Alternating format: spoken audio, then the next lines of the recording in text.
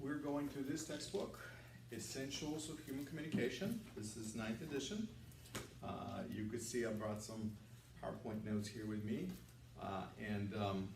The opening chapter on the Essentials of Human Communication has some objectives for us to identify, the forms, the beliefs, the myths of human communication. Believe it or not, there are many forms and there are many myths that exist about communication. People believe certain things because they've been told about communication, which may not be true. So we'll deal with that. We look at some models of communication together today, and we will also paraphrase some major principles that stand behind how humans communicate. We'll also explain the role of culture in human communication, because culture plays a big role in how we communicate or how we not communicate. Let's put it this way, every culture communicates in their own ways. And so cultural perspective is very important in our communication. Now, and then we'll define what does competent human communication looks like. What is competence? Meaning, what is success? If you're a good communicator, what does that mean? What should it look like? All right, so these are our objectives. Now, let me begin with identifying some of the forms and benefits and myths of human communication. If you track with me in your chapter, let's see, I'm going to make sure I give you a page number here where we are.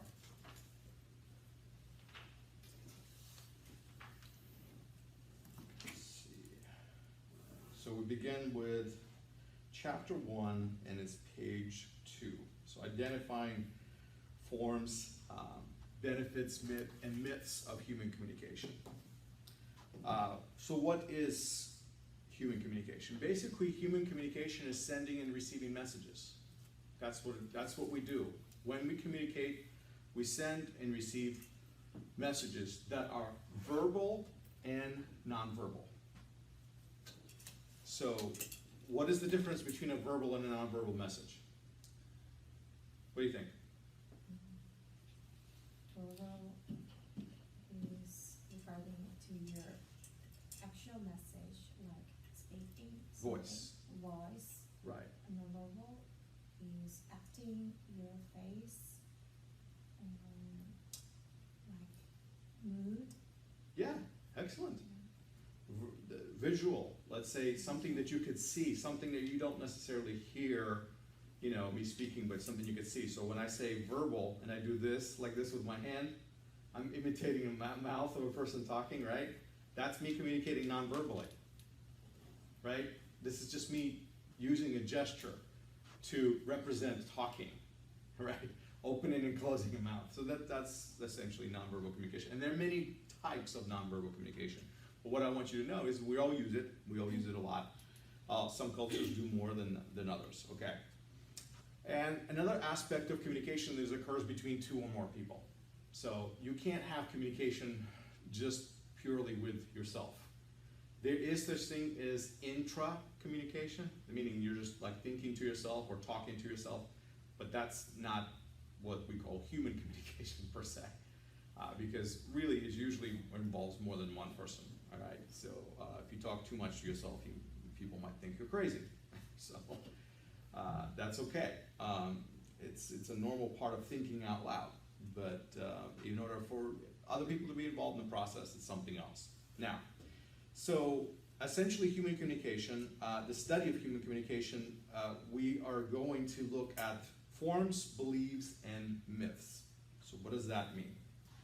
First, forms. There's intrapersonal communication is the first form. Now, what do you think that means, intrapersonal? That would be here on page 2. Intrapersonal. That means when you could tell this by the suffix of the word, about how the word is built. Intra means inside yourself. So you're talking to yourself. You guys ever talk to yourself? Sometimes, like you think, you're out loud, right? Like, sometimes people talk to themselves. I know my son does, or my wife, they'll do that. They'll say something, and I'm sitting next to them, but they're actually talking to themselves. They're thinking out loud. That's all they're doing. So occasionally it just comes out. So that's interpersonal communication. Now there's interpersonal communication. See how the spelling changes a little bit? And so that form, you know, is from one person to another. All right? Then there's interviewing. Interviewing. What's the difference of how is interviewing works?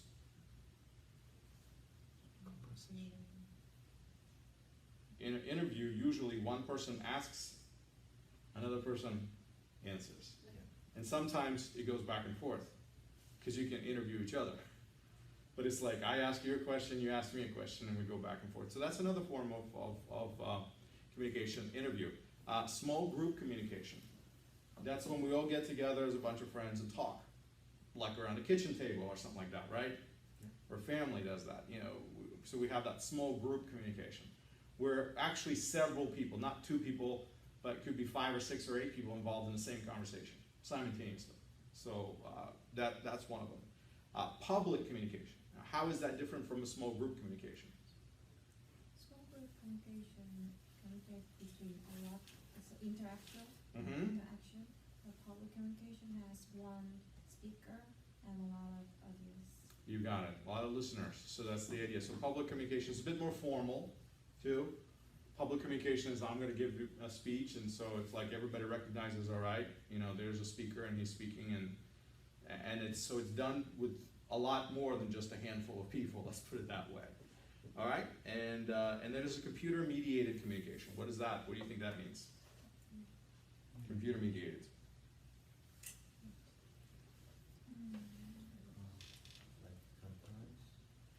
Like what? Conference. Oh yeah, so like a business video conference. That would be computer mediated. So it would be, if it happened in the same room, it would be a small group, right? Yeah. But because it happens over the computer, it's now computer mediated, and these people can be in different countries sitting on their laptops, right? All right, so that's good. That's a good example. Any other examples of computer mediated communication?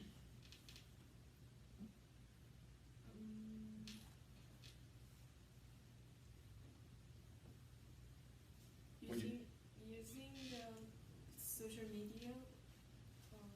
That's a great example. You're using social media. So what's your favorite social media to use? Instagram? You like Instagram? Okay, yeah.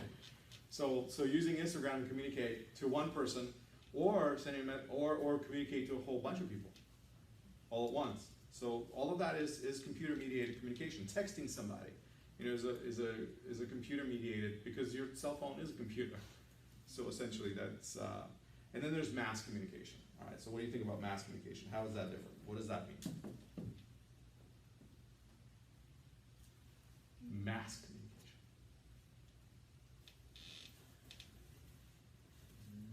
How is that different?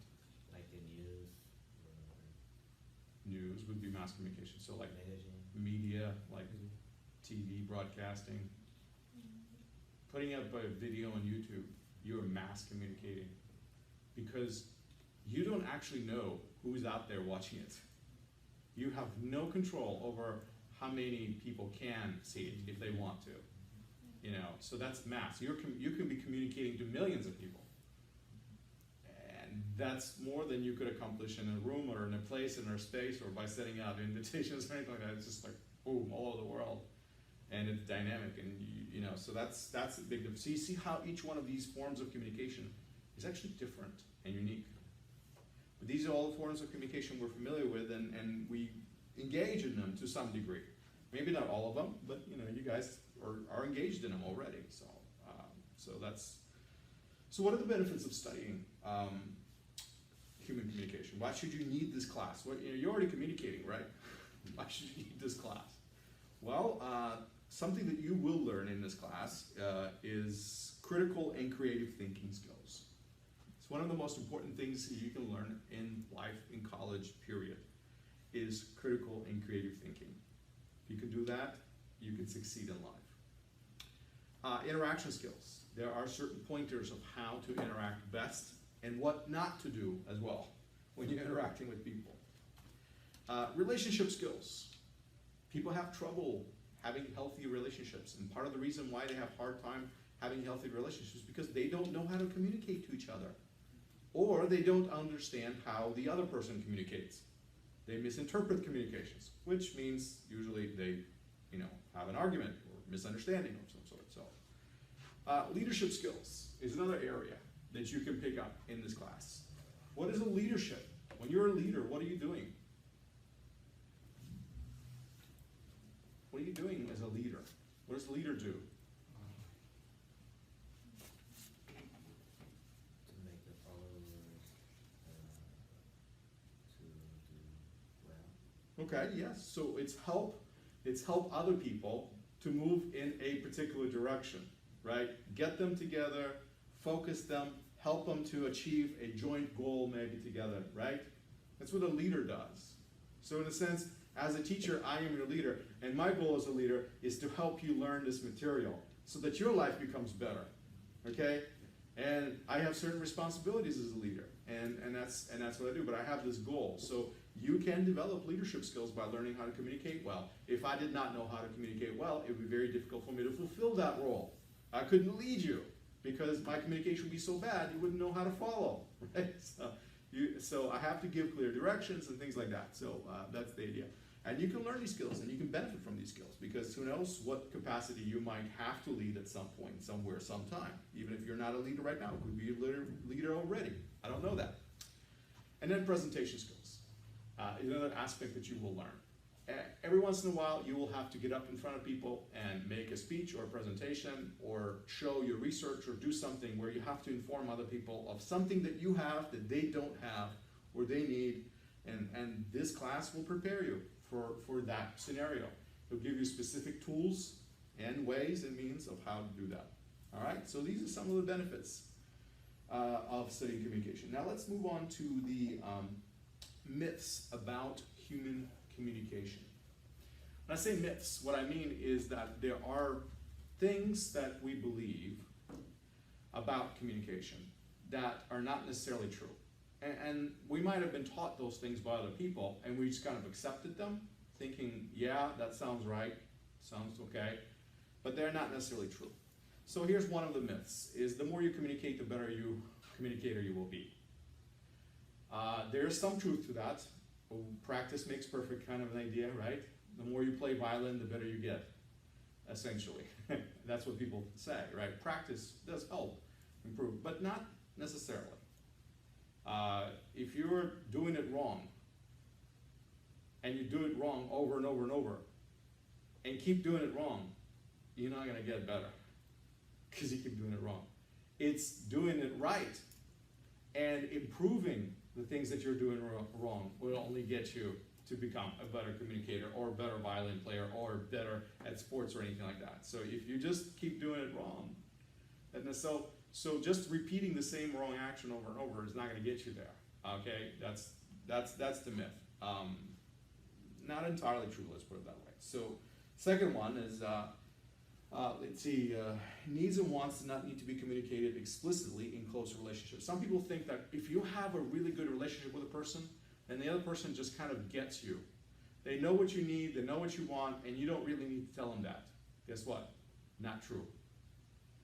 Even if you have a very close relationship with another person, even if you know them really well, okay, could be, even if just think of your own family members. You don't know how they're feeling. You don't know what's going on in their mind and their heart at that moment, unless they tell you and unless they share. You can try to guess, and if you're good at it, you might guess it, but that's not always true. So communicating, expressing yourself, helps you get things out of you and helps other people understand where you are, and that makes relationship better, not worse. There's no such thing as a good relationship without communication. Communication is a key to a relationship, okay? So you got to communicate what you want, what you need. Otherwise, nobody's gonna know.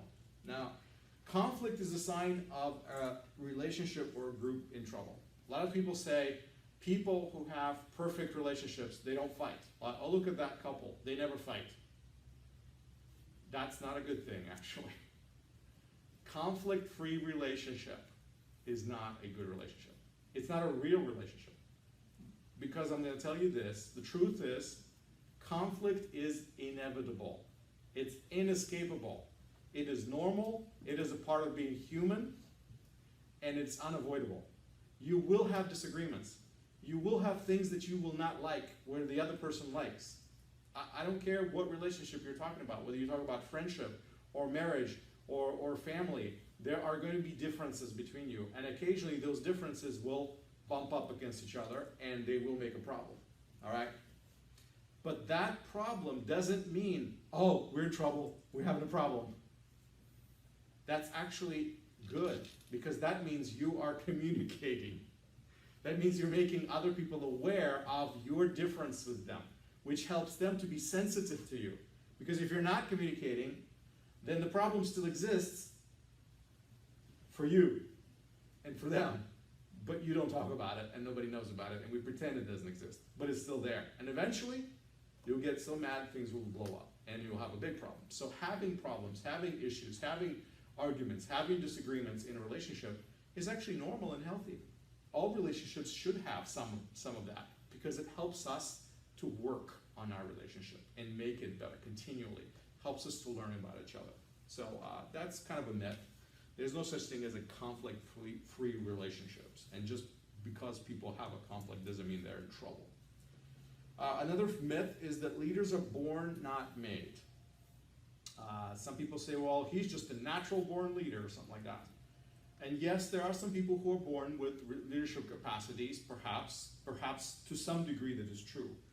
But the reality is that most leadership skills are developed and acquired. You learn how to be a leader. You watch others. You repeat what they do.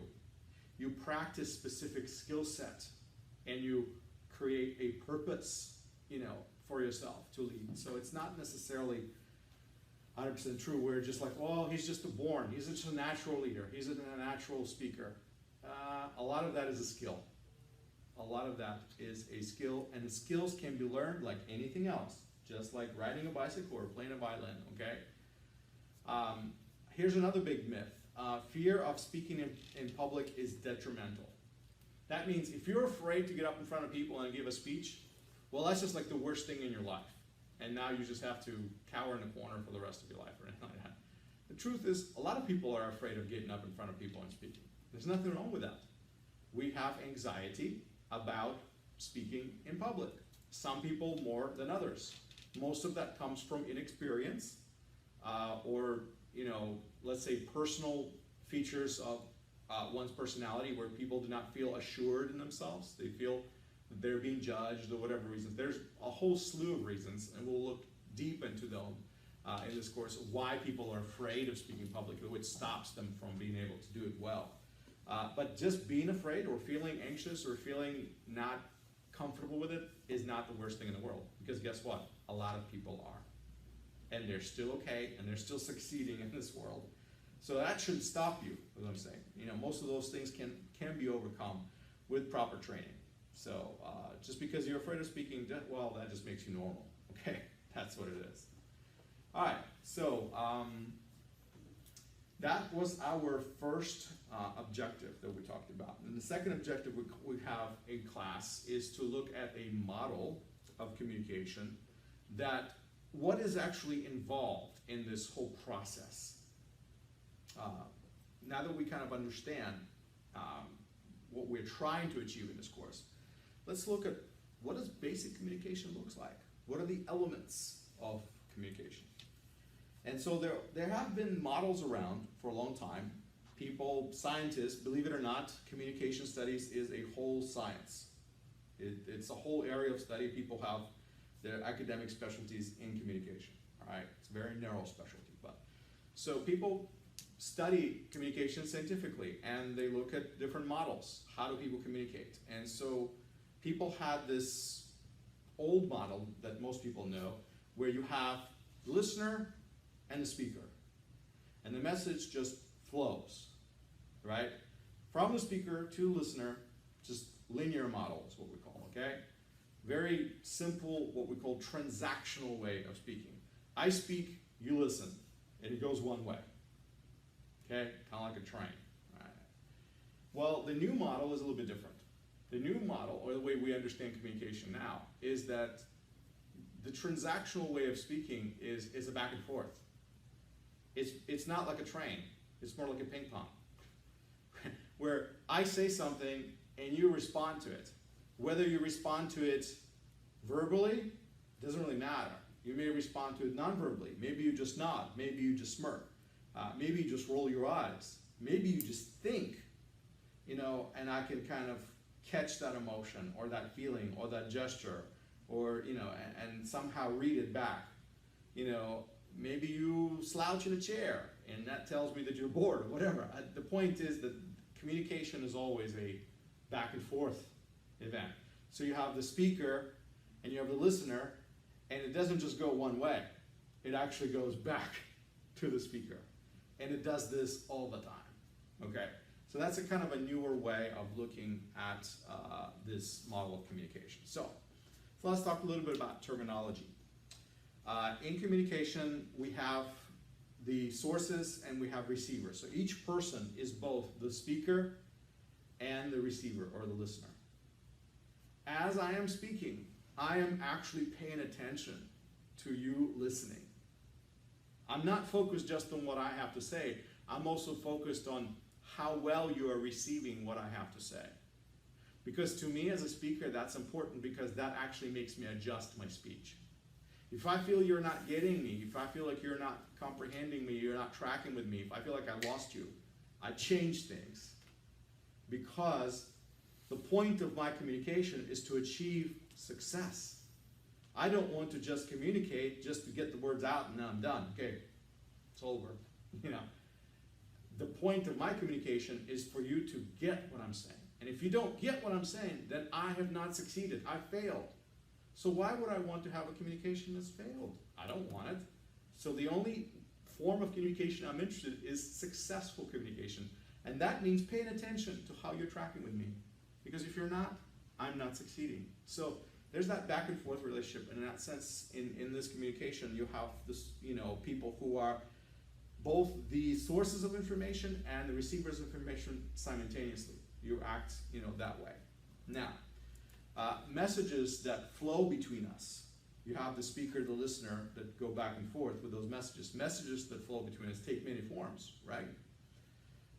And they're perceived or transmitted through a variety of different ways. We have our sensory organs. You know, some messages are perceived with our eyes. Our messages are perceived with our ears, right? So somebody's cell phone going off in the back of the class. I can't see it with my eyes, right? But I can hear with my ears that somebody's notification goes off on their phone. You know, if you didn't silence your phone, that's gonna happen. Somebody's gonna send you an email or a text or something, or post it on Instagram and you're like, ding, and I hear it, right? So that's me perceiving that you're receiving a communication. Now, if you just whip out your phone out of your pocket immediately, right? That just tells me what? That person just checked out because whatever's on their phone is more important than what I have to say, right? That immediately tells me what's going on. And I perceive it by simply hearing it and understanding what that sound means, what that noise means. So now there are three specific types of a sort of say transmitting messages, and that's feed forward, feedback, and meta messages. Let's look a little bit closer on that. Does these words sound new to you? Have you heard these before? Feed forward, feedback, and meta messages. Are these new? Yeah. New? Kind of a new idea. So what is feed forward? Feed forward is information you provide before sending your messages. It's kind of like an announcement. I'm gonna do it. I'm gonna do it. I'm really gonna do it. Okay, now I did it. So that's feed forward. That's me warning you what's gonna happen. Okay? That is one way of letting people know that something is about to occur. It's kind of like a little preview, essentially. And so we do that in communication. Let's see. So like opening a book and seeing the table of contents without having to read the book. You already know what's in it, right? Because you looked at the table of contents. So that's a little feed forward. It's a little preview. Magazine covers. Advertise all sorts of articles on top of the magazine cover, right? So without reading the magazine, you already know what's in it. That's a feed forward, all right? What's a feedback? What's a feedback? Well, you understand the feed forward means a little preview. Feedback is got to be the opposite of that, right? So it means a reaction to something that you already have experienced. So if you hear a message or see a message, you react to the message. And that's feedback. So that happens between speakers and listeners all the time. You got the feed forwards and the feedbacks that happens, all right? And a feedback can come again in any form. It could be a verbal or nonverbal feedback. It could be a thumbs up or outright laughter. You know, I say something, if I crack a joke and you don't laugh, I know that you didn't get it, right? Or that my joke was lame. Whatever, you get the idea. I'm looking for feedback. And that's what I know. How do I know my joke is great? You laugh. How do I know it's lame? You don't. That's the feedback, right? We use this. This is not rocket science. We all use this in communication already. The question is, how effective are you in using it? How well are you using these little tools that you have, all right? And so what is a meta message? The third aspect that we talked about. Well, meta message basically, it refers to another message in communication that exists. It's kind of like a message behind the message, the big picture. I don't know, let me see how the textbook explains it so that I could come up with a good example perhaps to give you, kind of steal this from the textbook. Let's see. Meta message.